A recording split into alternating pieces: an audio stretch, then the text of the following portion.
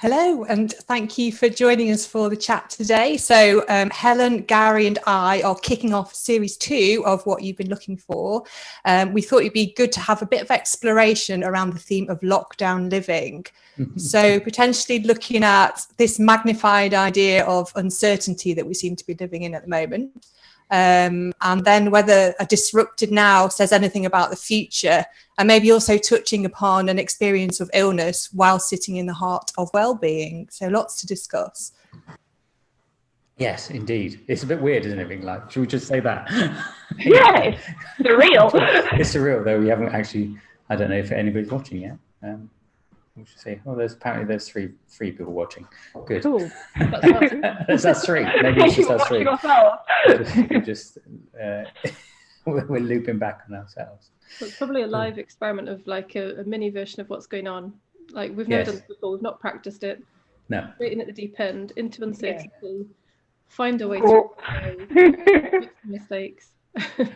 Yeah, exactly. So anyway, yes. So we'll be discussing lockdown living. How's it been for you two? What's been going on?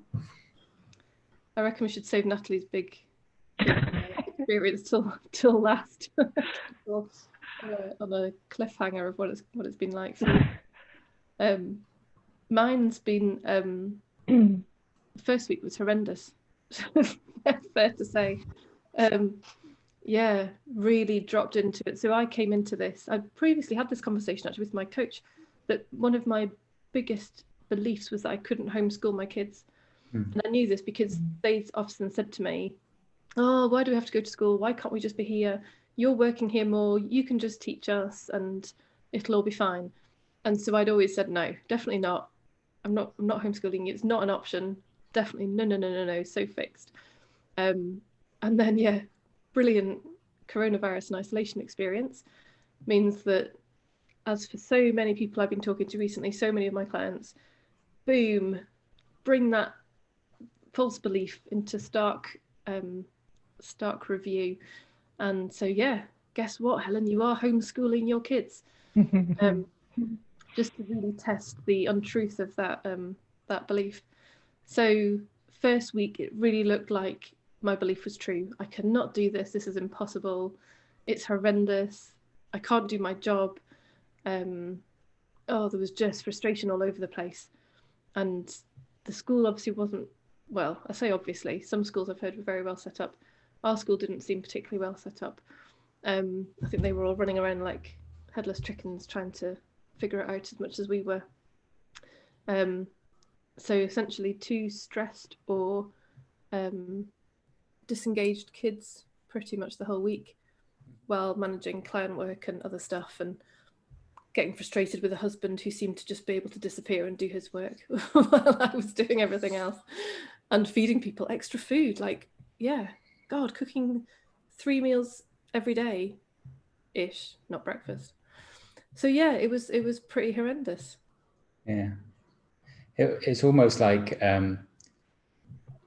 there had to be like this period of transition at the beginning. There's just this noise that you had to get through, because it's for me the same, this belief that and it's one I maintain myself, is this idea that I'm introvert, I don't want people in my spaces, I can't have people around me all the time. And I was like that for the first couple of weeks. It was exactly like that. I was grumpy. I was walking around. I was struggling with Paula and Danny being in my space. It's a my space, like I own it. Not like it's everything's. It's all the space. And Paula said to me, it's like, she's on the dining room table where I am now, and back in another room I have like a desk and a better setup, and of course I've got this nice space, and then Paula's working here, and it's there's this realization that hold on a second, we're all in the same space together. And then afterwards it's become something that I'm quite enjoying, having everybody around, and it's nice to hang out. And there was just this switch of going, oh, okay, I get to hang out with people I love, and that's great. But still within that, there's the ever-changing experience of you being annoyed and frustrated and having to go at each other and getting on top, as we're not doing much else apart from staying inside. But it was there's been a change of it. It's like you got through the noise and the frustration of it, and then once you get through there, you see through that belief. It's like, oh, this is I'm okay hanging around people, and it's not a problem. And we've been on top of each other for the past X amount of weeks now, and it's been fine. It's interesting, isn't it? Yeah, I was just going to say, our ideas, what you were saying, Helen, particularly around what we think we can and can't adapt to, are very fixed until we see that was an idea. It's very compelling. And I think that the idea that we can't adapt to such dramatic change is this tension that we experience in the first part of it until we start to relax into the experience.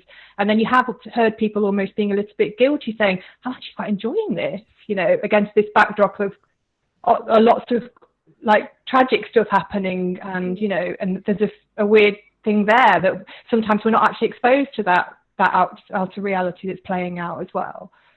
Yeah, it's really highlighting the 7.5 billion different perspectives of one apparent thing. Like, people in terrible situations, terrible circumstances, losing loved ones, not being able to say goodbye to loved ones because of the situation. And then, through to us who really were pretty lucky, nice houses and outside space and food and loo roll, we're there's no truth in it, is there? And and you can kind of swing between the awfulness of it and the despair of it, and then into but look at the positives of the environment, and look at how people are coming together in community. But it's like that in itself is the evidence that there's no single truth in any of this. It's all got both sides because everything has.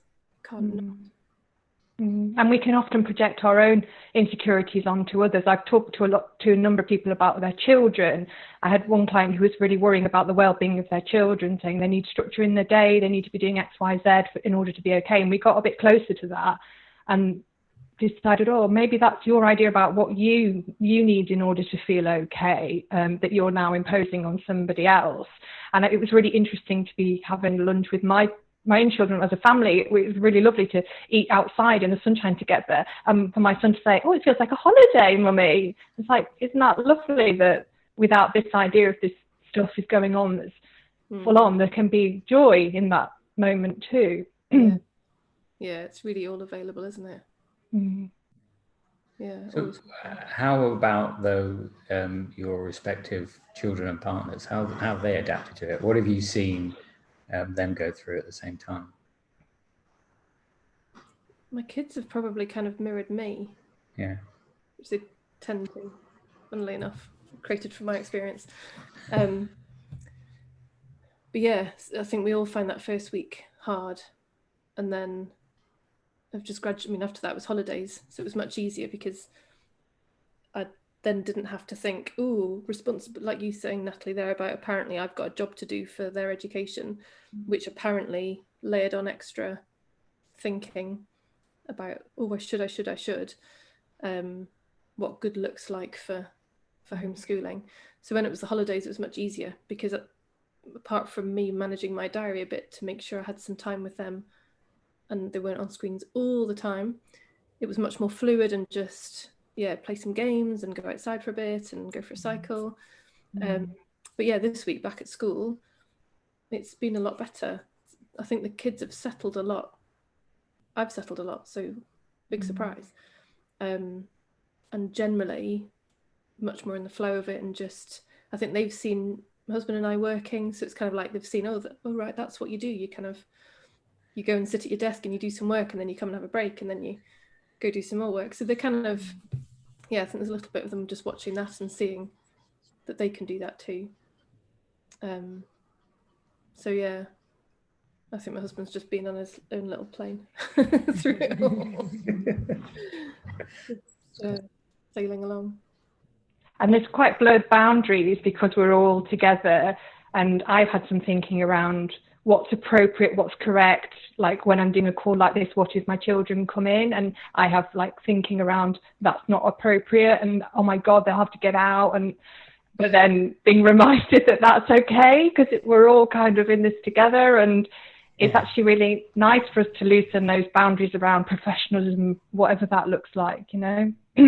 Yeah, I was talking to a client the other day. She said her team have become so much more connected in their isolation. Like, so we're having fun, things are light-hearted, we're being just like really human with each other, and having a laugh, and feeling more connected than they've ever felt in an office.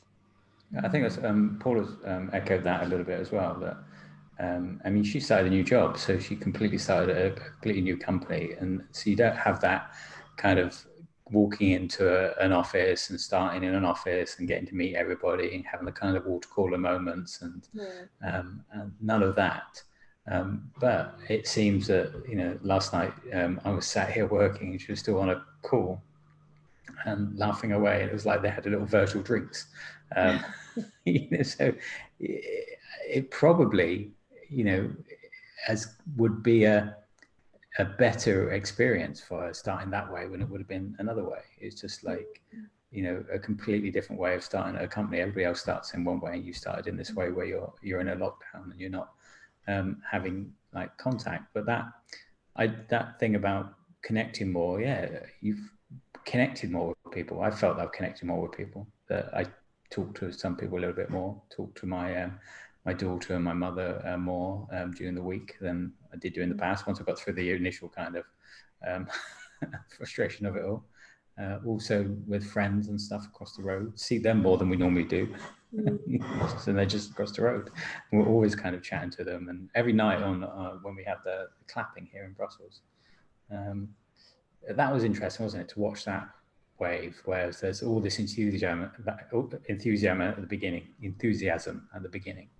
And everybody's all enthusiastic, and there's all this, yes, we're going to get through this, and it's all fine. And then like 4 or 5 weeks in, it all starts to drop off, and you see that there's not so many people come to the window, but there's always been somebody come to the window. There's always been like a few come, and then now and again, there's always been this, one of the neighbors gets a drum kit out and starts playing the drums in the middle of the, on the pavement, and everybody starts clapping and there's music going. So there's been that as well, that we've had a lot more contact with the people around us, and we can't, you know, we don't normally talk to them, or we don't normally see them, or, you know, I wouldn't know who lives on my street apart from the people that live in my building, but now you see everybody. And so, yeah, it's been strange, that isolation and contact at the same time.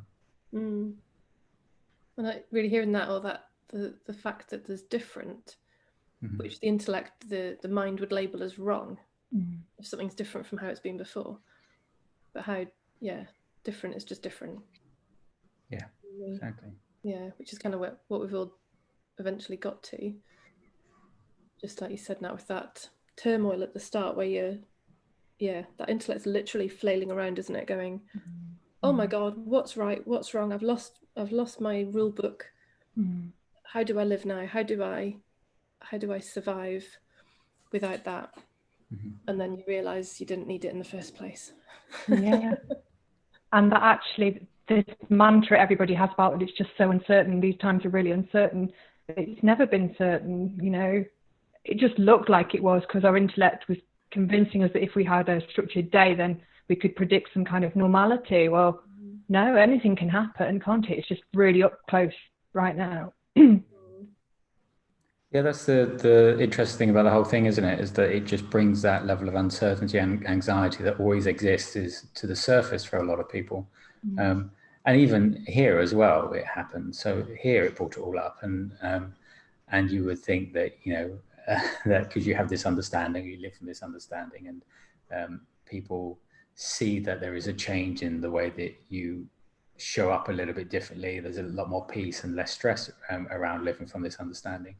But it doesn't mean that the anxiety and uncertainty is still there, and it's all still there, and it can all bubble up at any point at any time. And this whole process has brought that all to the surface, hasn't it? That we do live, you know, in uncertainty all the time. It's just because we think that we've got a structured life and we've got habitual patterns, and we don't notice that difference.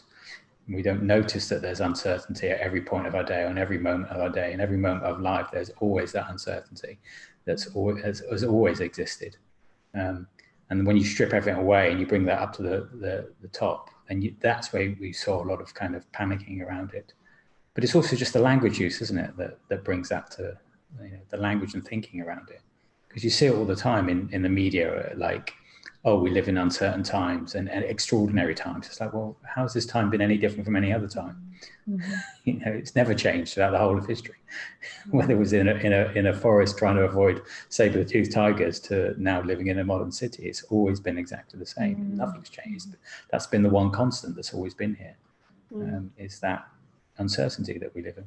Yeah, and it might be controversial, but I've sort of seen how subjective things are, even in terms of things like reporting. And I shared with Helen like my stress about stats and testing. And I know a lot of people were saying, like, why are they not doing enough more testing? It's not very rigorous. And yet you have these figures published every day of emerging cases. But how do they know that those are emerging cases when they're only testing certain tranches of society? So I then had a lot of thinking around, wow, what's ever reliable in terms of statistics? Because this is just a skewed view of what's happening. So yeah, interesting. Yeah, there's never any truth in any statistics. Can make them say whatever you want them to say. Yeah, there's no any truth in anything, just to go wider. But that's also interesting, is like the different approaches different countries have taken, because there's no one right way for each country to take. And again, it's this arguing with what is. It's, well, this country's done it this way, this country's done it this way, this country's done it this way. And there's no one right way for a country to tackle this this situation and the virus. There's not a cookie cutter approach that says this is the perfect way that a country needs to do this. And we're comparing ourselves against other countries and saying, well, they've done it worse, or they've had it worse, they're better than us. It's like, well, no, each country had to take the choices based on the context of the situation at the time and the information everybody had at the time when they took it, and the decisions couldn't have been taken any other way. That was the only way a decision could have been made. And arguing with that just puts you again into this kind of point of stress. But that doesn't say that you can't look at ways that things were done and say, well, if this happens again, then maybe we would think about this. But there's no point going backwards and arguing with the way that the decision's been taken and assigning blame on it. I don't see the sense in that. And again, maybe a little, like you say, Natalie, maybe a viewpoint that people might pick holes in. But for me, it's like, well, that's been done. And all we can do is look at the way it was done and say, well, if a situation like this comes up again, we may think of something different. But it'll be a unique situation again with different constraints and different variables and different impacts. So you can only ever do as good as you're doing with the thinking you've got available to you in the moment based on the circumstances around in your life. And that's always been true. Yeah, that's the thing. It's kind of, if you were to look to it and say, okay, so if this happens again, or when we come back out of isolation, all you can do is have that as possible information to inform, can't you? Well, there's an option there for that to be that, holding it lightly, knowing, oh, these things might be useful. But yeah, who knows? Because as the virus progresses, will it change? Will it mutate? Will it, will a vaccine even work? Yeah. There's so many unknowns. And any judgment, because I've seen like comments of, oh my God, the government just seem to be making it up as they go along. Yeah. That's how it's always worked. Always have been. It's just really damn obvious right now that that's what's going on, like totally seat of the pants. Yeah. Because it's been so fast and so obvious that we've just had to go, right, decide, based, like you say, Gary, based on what we know now, based on what looks like the right thing to do, from the science, from the other countries, from our country's perspective, just what looks like the best thing to do. And yeah, definitely making decisions before anything's in place, because how could they have done it any other way? Yeah. Like, yeah. Which is not to condone, I mean, I always find it difficult to assign blame afterwards, to a person, although actions can be done better in the future. So it's not to condone things that maybe were willfully negligent. Like somebody has, oh, I've got this really, really good data here that says this is going to happen, but I'm just going to ignore all that and I'm going to go this way. Then there might be a case for saying, but even from this understanding, there isn't, because we know that the person's not really responsible. But yeah, there might be a case for looking at that and sort of holding actions to account. But most of it is just that though, like really, like, because how would we measure better? Yeah, exactly. It's, as I was doing it, I'm getting myself in a loop, so thinking it through, going, yeah, that doesn't work. Because how do you define better? How do you say that it's better than this or it's better than that? It's just what is. It's been and the other thing that I notice is that people saying, oh, we're going to get back to normality, or things won't change, or things will change. There's all that thinking going on as well. And somebody's post the other day was, as a skeptic, I don't think anything would change. It's like, well, you've just identified yourself as a skeptic, so that means that basically you've got to say none of this is true and this is and this version is. And for me, the things that will change will be the things that will need to change, and the things that won't change will be the things that won't change. And that's the way it will change. And we have no idea what other things will be that will change out of this, that how will society change after this. It might just be really simple that we now have new fashion for face masks. And that will be it, or there might be something really structurally at the heart of society that changes the way that we do stuff, so that this doesn't happen again. Or suddenly people see that, oh, wow, look at this, there's clear blue canals in Venice. Isn't that beautiful? Why can't we have that all the time? Or I walk down my street and there's just no litter everywhere.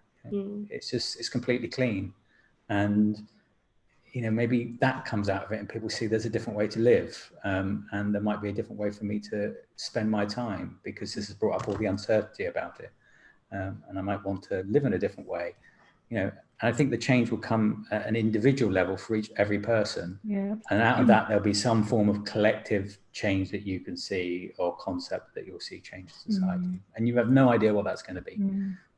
And we can't not change, can we? I mean, everything is always permanently changing. It's just this intellectual idea that there's a continuum of something that makes us look like it's solid, when actually this moment is just always arising and passing, and that's a new opportunity in every moment, isn't it, for something different to arise.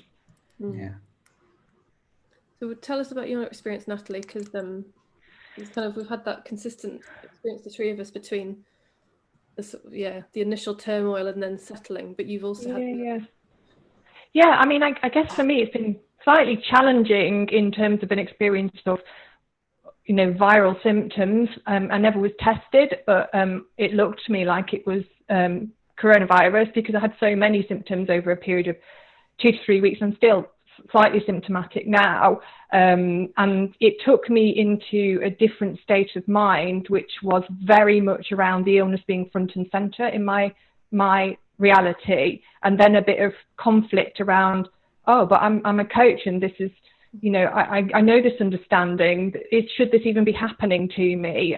Which was just more resistance. But then some really beautiful, illuminating stuff in the mix of it. So it felt very contrasting.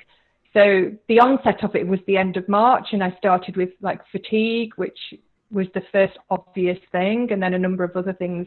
Fever followed. There was a lot of fear that emerged. I know you were saying before, Gary, around anxiety, this latent anxiety, but for me it spiked big time, with a physical sensation of the chest pressure, which I've never experienced before. So I would be trying to sleep and then not be able to properly breathe, and it was really scary, and there was fear that was massively exacerbating that, and I found it really difficult to differentiate between a viral symptom and heightened anxiety and what that meant for me. And I had a panic attack, a huge panic attack. I haven't had a panic attack for a long time, which was quite disruptive for me in terms of, oh my God, I thought we weren't having this anymore, and this is now emerging for me, which threw my head into a bit of a spin. And I became aware of a much narrower aperture of being able to take decisions, because I think when you're anxious, everything constricts. It's really hard to see clearly, and without looking through this sort of prism of fearfulness, everything looks scary when you're in that. But then one experience that was literally, I went from that to 10 minutes later to going into a bit of a meditative state, which I had thought, okay, I would like to feel better. which again is a bit of a resistance to what was going on. But I thought, I'm going to have tried to do some meditation and breathing, and actually fell into like a beautiful, almost serene space of, oh God, complete clarity at 3 a.m. And I'm still ill. I'm still having symptoms, but I've got beautiful clarity and like a relief and a sense of ease of, oh my God, the illness can't be causal. It can't be making me feel like fundamentally like there's something not safe and not okay with me at this experience. And it's quite dramatic, obviously, because that's how I am, but threw up quite a lot of questions for me around, like, what does illness even mean? And yes, there's an experience of physical, symptoms, but actually I felt in that moment I was still really rooted in well-being, and it was lovely. It was so reassuring to know that you can be wherever in this scheme of unwellness, but still be in that space of well-being. So cool. Yeah. I love the because you kind of hinted there almost like as if the meditation was an escape, like a mechanism, and how just that judgment in itself, like that could only come from the conceptual mind, the intellect, judge it and say, oh, Natalie, you're copping out, you're using this as an escape route, as if it's going to solve your problems, whereas actually it created a really amazing experience and showed you that the untruth of the symptoms really on the what was really going on with them. So just so perfect, isn't it? Yeah, but really scary at the time. And for many other people, I imagine, I mean, I wasn't a severe case. That was what people would call mild, which is, again, hugely subjective. What does that even mean? Yes, exactly. There was a medical person who was telling me I wasn't ill at one point, and I was like, I am ill, I'm feeling this. And he's like, no, you've just got anxiety. I was like, no, I'm having actual symptoms. So I then had a question around, is this actually happening? Have I made it all up? Because of the nature of symptoms, because they're so strange and they disappear and they come back again, and it's a really weird experience. But I think when you stop fighting what's happening, as with any experience, and you kind of lean into it, there's so much more to see about what's true and what's not true. And that's quite hard to hold that space when you're panicking.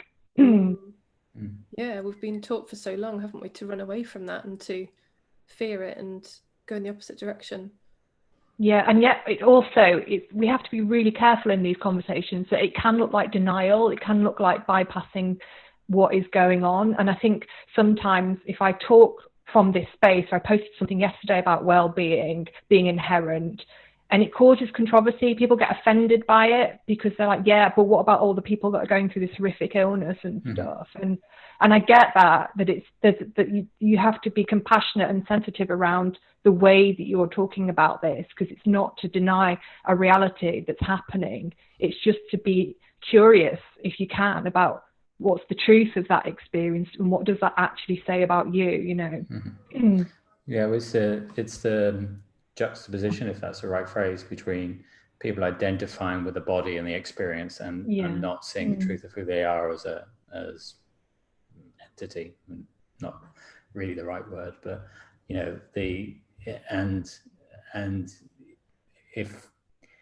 and it's always the nuance in the discussion, isn't it? It's look, we're not talking about the physical experience that you're having. We're talking about the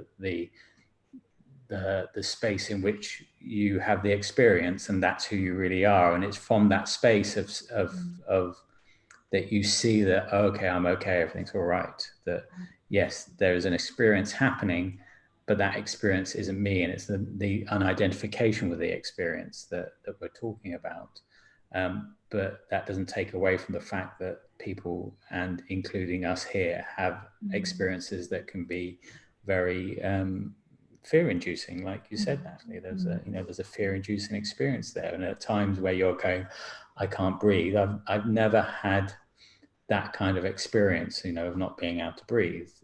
I've had near-death type things in my life, but not like this is, I feel like I'm really like this, I can't get through this. I mean, I've also had like some illnesses where I've been in hospital and stuff like that, but none of them are ever kind of at a stage where it seems to be messing with direct life functions like breathing. And that must be really scary for people. It must be really fear-inducing for them. Yeah, and it's designed for that, isn't it? It's designed to be that compelling. That's why we've always thought we are this body having this experience, because it's designed to look like that. It's designed to be that illusory. And so of course we're not meant to see through it. It's that's why movies are made with such amazing set production and lighting and sound effects, and it's meant to be convincing. And it's the knowing that we can, we have the capacity to experience all of it. Doesn't stop it being really scary when you're right in there. Right up, and there's always that not knowing how you're going to show up. I mean, we can also sit in this space and say, yes, no, we've got something, although there's nothing to get, but there's peace and serenity and calmness here, and then be faced with something like this that's so in your face, and believing that, understanding that how your experience is created, and who you truly are, and understanding all that doesn't give you a free pass when it comes to experience in the future. No. And it's very, very challenging for this idea of who I am, which to me is the discrepancy between this mind-body association, which most people would say that's who they are, and then this sense of being the space that holds all of that stuff. It really, really tests that, because in an experience of physical symptoms, the mind-body feels really threatened, and therefore there will be fear, because fear is a natural response to an identity threat, isn't it? And it's quite confusing for people who maybe don't see it that way, who see themselves as a separate entity, which equally is fine. There is no right or wrong. That's just a perception, isn't it? But I think it's quite difficult to have a vastness to have that sense of ease if you're only ever going to associate with this mind body as an entity, because it's not set up to allow that. It's by its nature, it is insecure, Yeah.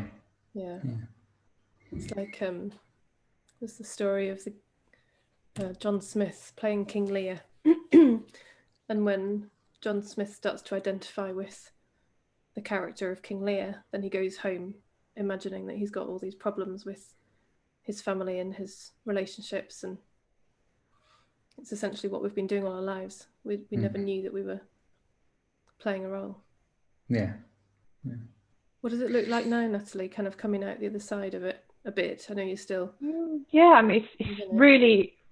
It's actually been incredible as an unlearning opportunity, whatever we want to call that. And it was going to happen. I was talking to Claire Diamond last night saying the same thing. It was clearly meant to happen for me, because I got a story around illness because of my experience of postnatal depression that I carry close to my heart as a part of my identity, and almost sometimes indulge in that story a little bit. And it's a fine line between acknowledging a reality and living that as if it is who you are. And it's a very, it's that tightrope, isn't it, again, between acknowledging what's happening but not being it, and taking that all on. So I found it was actually like a huge lesson, huge. I didn't ask for it, obviously, but it just happened anyway. Please give me. Well, interesting though that none of your family experienced any of the symptoms then, no? Or it was just you? Well, no, but I know quite a few people who have had the same, where they've had quite a severe experience. And that's the interesting thing about this virus, is it presents so differently in different people. So my husband's had a few migraines. That could be his version of the illness and fatigue. Whereas, and also I don't know my experience, how that feels to somebody else, because it is so subjective, and I am really sensitive to, I am prone to scanning and seeing what's going on in my body. So something's coming up, I'll be like, oh, what's that, and I think a lot of people are familiar with that when they've got health anxiety, is that they'll be going, oh, I've got a headache, oh God, that's one of the symptoms, and then almost acting that out because it feels like it's preempting something that could happen. And it's not to say it's all in your head, but I think you can magnify an experience by thinking about it all the time, can't you? Yeah, exactly. I remember, and this is a really tiny example compared to what you're describing, but I think the same holds true for health, where early on in this understanding, I recognised a shift for me between before, when I'd had a bad night's sleep and I would get up and I would maintain the story and I would keep saying, oh, I'm so tired and I've had such a bad night's sleep, and oh, I'm so tired, I'm so tired. Guess what? You keep feeling tired and you keep having a really difficult day. And the same with health, because actually what I've seen now is that I can get up and think, oh, I didn't sleep very well last night. Okay, carry on. And actually, maybe during the day I might feel tired and I might actually have some rest. Whereas before it was kind of like there wasn't allowed to be rest. So I just had to keep going through the day feeling tired and telling myself I was tired. But equally now, sometimes I'll just move on and I won't even think about the fact I'm apparently tired, and then just have a very normal day. So I think the same is true with health, where there can be an experience of illness of some kind, and then we can layer up loads of other stories which magnify, emphasize. Definitely. And we don't need to know what's coming from what. Like, we don't need to say. Exactly the same here as well. I've had the same. So when I had my herniated disc, and was getting lots of nerve pain, lots of pain into my legs and things like that, and up into my stomach. And then I've always had migraines, always suffered from migraines down this side of my face, and then I've got nerve pain down here, and I've had conduction studies here, and I've got numbness on my legs. I've got all these nerve issues, that have happened over my life. And then I went to the doctor, about my back, and then I started going, yes, well, I've got this pain here, and I know it's all coming from my back, and I just create this whole thing about, it's all coming from my back, and there's obviously issues here and here and here, and I've got these on my leg, and I did this, and he said, oh, that's an interesting story. And as soon as he said that, he just went. I went, oh yeah, it's just a story. Wow. I'm just telling myself a story. I'm in a body that ages, and it ages, and there are things that maybe not are brilliant about it compared to other people's bodies. There's this issue with my nerves, and that's all it is. And I get migraines now and again. Over my life, my migraines are getting less and less and less and less. So it was just a story, and it all dropped away. It's like, oh, I tell myself a story about this. And I don't need to tell myself a story about this. I can just have the experience of having it, and that's it. Yeah, somebody I know had that experience with coronavirus. So he, similar to you, Nat, had that like I can't breathe experience. And his partner rang, I can't remember which number it was, but someone who then said, oh, it doesn't sound like it's this, so phone this number instead. And he said, just in the fact they said that, he was then like, oh, phew, and he could breathe again. He's like, oh, okay. Thought created reality. But it's... And yes, the story is really compelling. It really is. I was listening to Donnell Mockdam talk about his experience of chronic fatigue, which is brilliant, really, and could encourage anybody to sort of have a look at that if they struggle with health anxiety, because it's hugely magnified at the moment for a lot of people. And it really helped me to see how much I was engaging in constant thinking in the future about, oh, well, if I feel ill tomorrow, what will I have to do? Will I have to cancel that? And what will that mean? Oh my God, what will they think of me if I have to cancel that work? And all that stuff going on in my headspace is just obviously constricting and creating this lesser bandwidth. So clearly this sense of being able to cope well kind of feels like it goes downhill a little bit. And you can see that you're prolonging it by doing that all the time. The what if, I love that how you say you can see that you're prolonging it, and yet that doesn't always mean it changes, because it's still only the idea of us that would say that's wrong, to be prolonging it and to be in that experience for that amount of time. It's only the mind that would say, come on, it should be done by now. I've had no time around it. It should have stopped. Why is it not stopped? Yeah, and I've definitely experienced that and done a bit of, quite avid research, if I'm honest, about other people going through a similar experience, because it's all emerging now, isn't it? So there's not a lot of track history to go with. A lot of clinical people don't actually have a full grasp of what the symptoms might be. So I found myself being a bit arrogant, going, I think I know more than the medical person, which is inappropriate. But found some other people who were on like week 3, week 4, and it instantly made me feel better because I was reassured, oh my God, I'm not completely losing the plot here. And then in a way, my symptoms, even though they still happen, are less obvious to me because I'm not going, oh my God, you know, why is it still here? Because it's just, oh yeah, you know, that could happen. That's all right. I was reading in my wonderful Your Body, Your Yoga book, that we have something like 1,000 viruses in us anyway. Yeah. You know, that, yeah, and the whole world is worried about one. That we've gone to the, you know, we have 1,000 in us that are beneficial to us, that are helping us in some way, that are, you know, giving us something. And I don't know, there might be something out of this that it's given you something already, isn't it, in terms of a psychological, you know, well-being change, or it's unpacked a belief that you had about yourself that you saw through. And so often, I think it's also within this understanding that you think, oh, I've got it now, it's all going to be fine, and I've got rid of Gary, I've got rid of Helen, I've got rid of Natalie, they're gone now. It's like, no, they're still there behind some belief somewhere that just has not yet been exposed to it's not been brought up to the surface for you to see. You know? And it's the ego state, or it's constantly there, and it just, or the belief in something, on identity is constantly there, and it just needs to be exposed. And so you have to have the experience to expose that part of you that you need to see through now, and say, oh well, okay, I've seen that now. And you might need to see it again a couple of times, but you know, it's like, oh well, I've seen it once. So once you see it once, then it's easier to see through again, and in different contexts as well. Yeah. And that kind of sums up the whole, like, if we were to say, why is it here, why is this happening, there is an argument around, this is part of our global wake-up call, this is part of our global, let's all start seeing through these imagined limitations and imagined illusions. Already there will have been loads for loads of people, and they might not know this understanding, but they'll still have been woken up to something. And equally, there'll be some people who'll just be going further into the story and further into control, fix, try and bring stability back.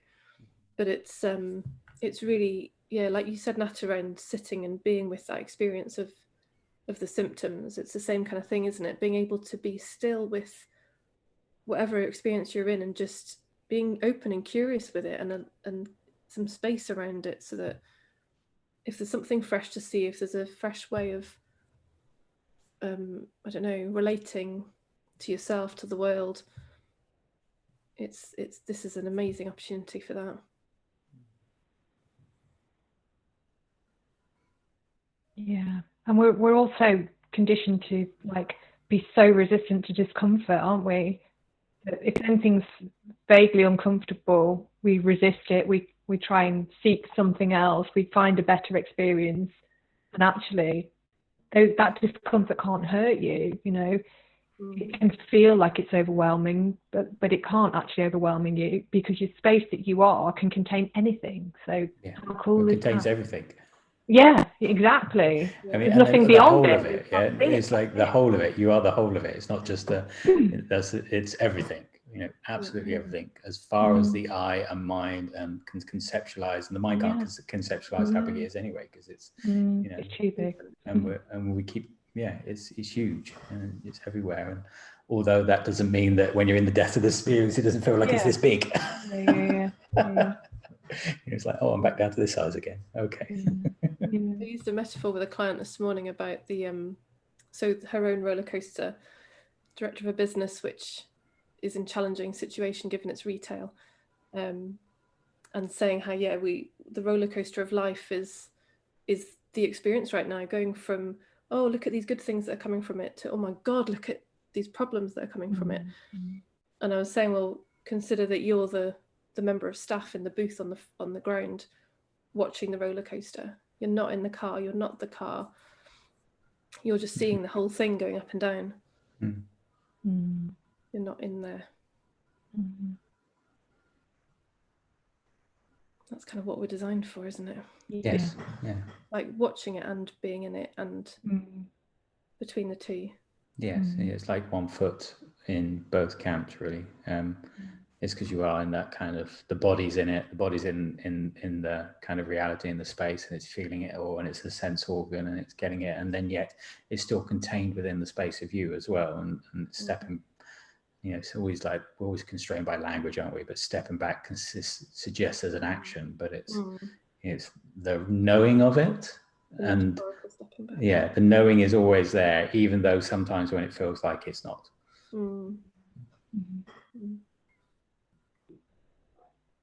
Cool. Good. Is it a wrap? Is it a wrap? Yeah. I think it may well be. May well be. We have 6 people watching, so if any of the 6 are watching want to ask a question, we can take a question. If not, then we appreciate you watching. Yes, we really do.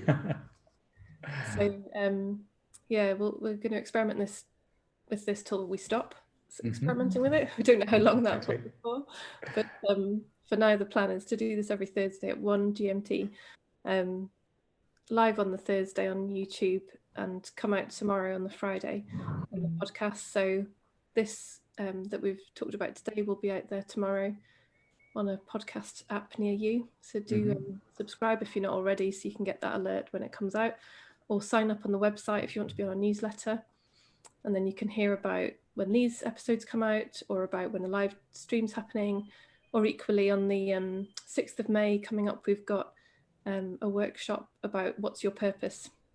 So it's going to be a day, so UK time, 9:30 till 3, 10:30 till 4 for Gary and his fellow crew.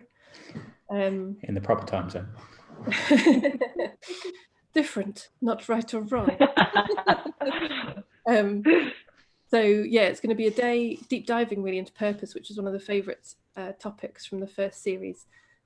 Really exploring, what is it, who are you, what's really going on with this, so that you can get some clarity for yourself around what's happening in your life, because it could well be that with changes in jobs and furloughing and redundancies and all sorts happening, it could well be that you're at a place right now where you're considering, what am I here for, what am I doing, what is my purpose? Even if you're still employed, busy doing a job, you might be wondering what it's for, is this the thing for me? So if any of that sounds like you, then we'd love to see you on that day. And just this week we've changed it so you can pay what you think it's worth, basically, or what you feel you can afford. So we're giving some price options there, so to make it really inclusive, given the some really challenging financial situations as well at the moment. So anything else that I think that you think we need to say as we close? No, I think that's it. Just for those of us who are joining new for season 2, then welcome, and for those of us that are still continuing from season 1, well done. Thanks for staying with it. Sticking with it. And exciting. Someone's just saying, so Graham's saying, constant fight at the moment between the urge to do more as we're at home and less as a time to unwind. That's an interesting thing, isn't it? Because I don't know if you saw some memes going around, you're 7 weeks in and you did not learn French or the banjo or the ukulele,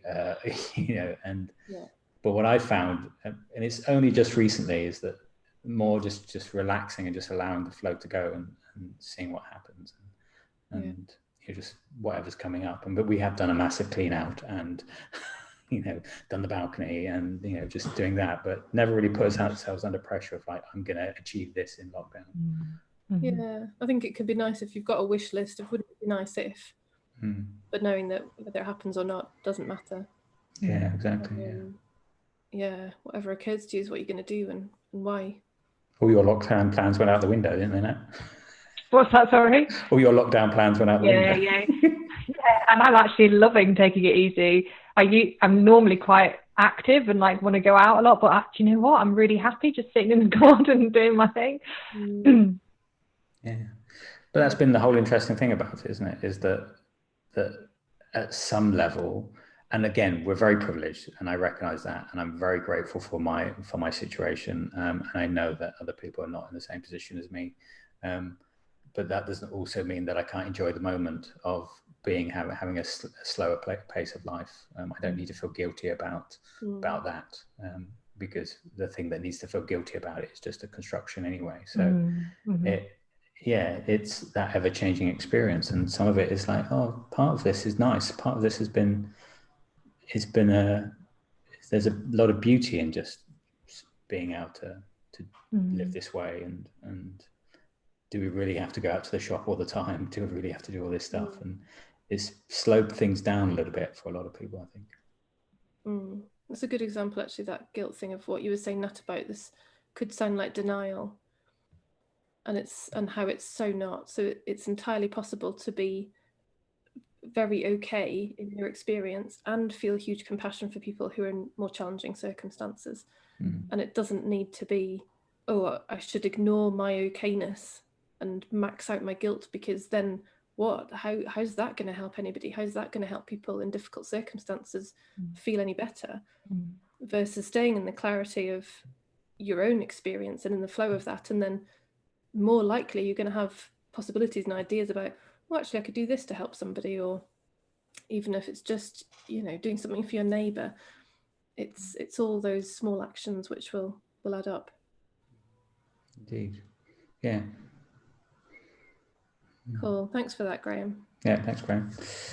Good. So, yeah, we're going to call it a wrap. Shall we? Yeah. Say goodbye. Thank you very much for everybody who joined us now looking.